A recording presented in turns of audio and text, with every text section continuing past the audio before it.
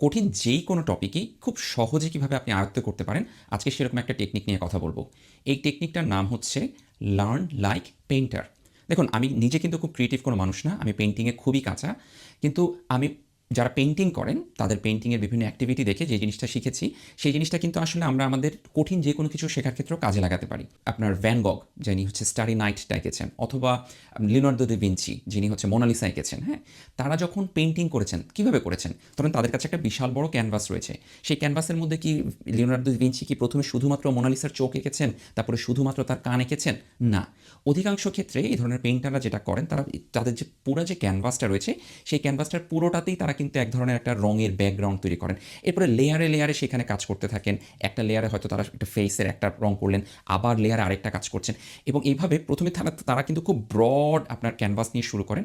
আস্তে আস্তে আস্তে আস্তে আস্তে তারা খুব ক্লোজ হতে থাকেন, এবং আপনি দেখবেন যে দিনের পর দিন যখন তারা কাজ করছেন, তখন দেখা যাচ্ছে সেই একটা মোনালিসার চোখ অথবা একটু হাসি, একটু ঠোঁটের একটা অ্যাঙ্গেল, এইটার জন্য তারা কিন্তু বহুদিন সময় ব্যয় করছেন। বাট সেটা পরে, প্রথমে কিন্তু তারা শুরু করেছেন খুব বড় একটা ক্যানভাস দিয়ে। ঠিক একইভাবে কঠিন যে কোনো কিছু যখন আমরা শিখতে যাই, ধরুন কথা যে আপনার সামনে একটা কঠিন চ্যাপ্টার পড়তে হবে। এই চ্যাপ্টারে আপনি যদি চিন্তা করেন যে না, আমি প্রথম যেই কনসেপ্ট আছে সেটাকে একদম পুঙ্খানুপুঙ্খভাবে শিখে তার পরেরটাতে মুভ করব, এর পরেরটা শিখে পরেরটাতে মুভ করব, অধিকাংশ ক্ষেত্রে আমরা কিন্তু এতে সাকসেসফুল হই না, আমরা আমাদের মোটিভেশন হারিয়ে ফেলি, এবং আসলে কিন্তু শেখা হয় না। বরং একটা বেটার স্ট্র্যাটেজি হচ্ছে আপনি পেইন্টারদের মতো প্রথমে ব্রড ব্রাশ স্ট্রোকে আপনি পুরো চ্যাপ্টারটা সম্পর্কে পড়বেন। আপনার বোঝার দরকার নাই। ইনফ্যাক্ট আমি যখন এই ধরনের আপনার যে কোনো কঠিন টপিক যখন আমার সামনে এসেছে, চ্যাপ্টার এসেছে, আমি বুঝে না বুঝে এই চ্যাপ্টারের এই কোণা থেকে ওই কোণা ব্রড ব্রাশ স্ট্রোকে সব পড়ে গিয়েছি, এবং প্রথম পড়াতে আমি আসলে তেমন কিছু বুঝিনি।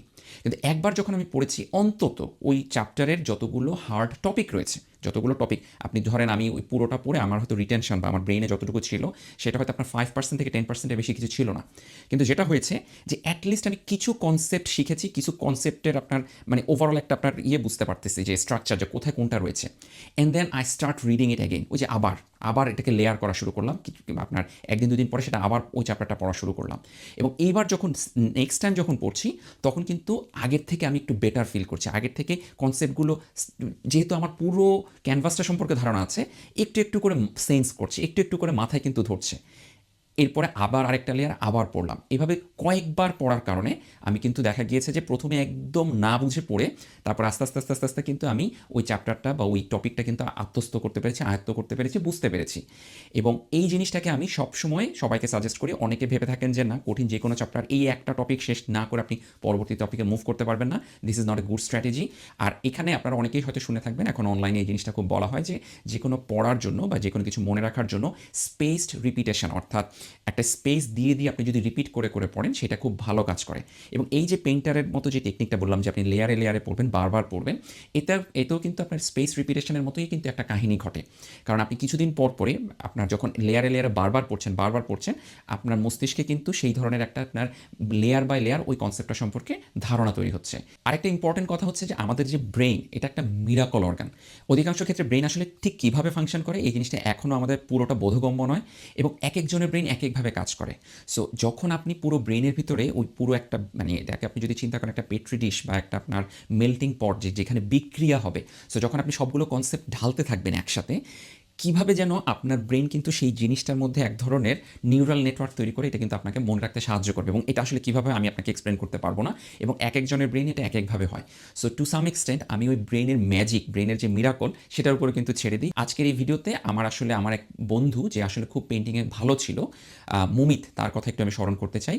আমি একটা ঘটনা বলি, সেটা হচ্ছে ক্লাস 8-এ যখন আমরা ক্যাডেট কলেজে পড়ি, আমাদের কোনো একটা বার্ষিক পরীক্ষায় আমাদের পেইন্টিং যে ক্লাস ছিল, মানে ড্রয়িং যে ক্লাস ছিল, সেইখানে আপনার জল রঙের একটা ছিল।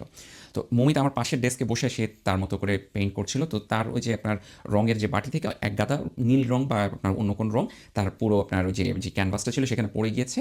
আর আমি তো তখন খুব ডিটেলড ওয়েতে আপনার মানে কি বলবো, নদী অথবা আপনার কোনো একটা গাছ খুব ডিটেলড ওয়েতে, যেই আমাকে প্রত্যেকটা আপনার কি বলবো ধাপ ফলো করে করে করে করে আমি করছি। সো তার যেরকম রং পড়ে গেল, আমি ভাবলাম যে আল্লাহ, ওর তো পুরো পরীক্ষা শেষ।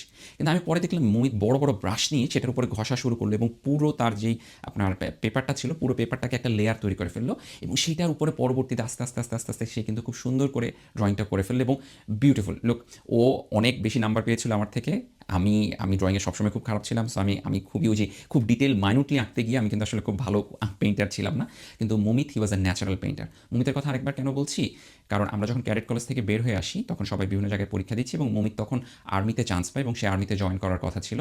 কিন্তু আনফরচুনেটলি কোনো এক সকালবেলা তার বড় ভাইয়ের সাথে সে সুইমিং করতে যায় বাসার পাশে একটা পুকুরে এবং সেখানে সে আপনার মাসেল পুল করে ডুবে মারা যায়। সো তার আর আর্মিতে জয়েন করা হয় না এবং এই যে এত প্রতিভা ছিল, বাবা মার এত স্বপ্ন ছিল, সেগুলো কোনো কিছুই আর পূরণ হয়নি তার জন্য। সো মাঝে মধ্যে আমি আসলে ভাবি যে সে কেন? আমি নয় কেন? মানে আমি কেন এখন পর্যন্ত সারভাইভ করছি, ক্যারিয়ার করছি, সব কিছু করছি, ঘর সংসার করছি।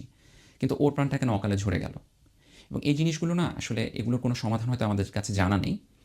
বাট আমি শুধু আপনাকে এতটুকু বলব, এই সমাধান আপনি খুঁজতেও যান না। বাট আজকে এই ভিডিওটা যদি আপনি এখন দেখে থাকেন, এতটুকু মনে রাখবেন আপনার আমাদের সবার লাইফটা না খুব প্রেশাস একটা জিনিস। এবং এটা এত মূল্যবান, এই জিনিসটাকে মূল্য করতে শিখি। আমরা অনেক সময় বিভিন্ন জিনিসপত্র নিয়ে ডিপ্রেসড হয়ে যাই, আশা হারিয়ে ফেলি।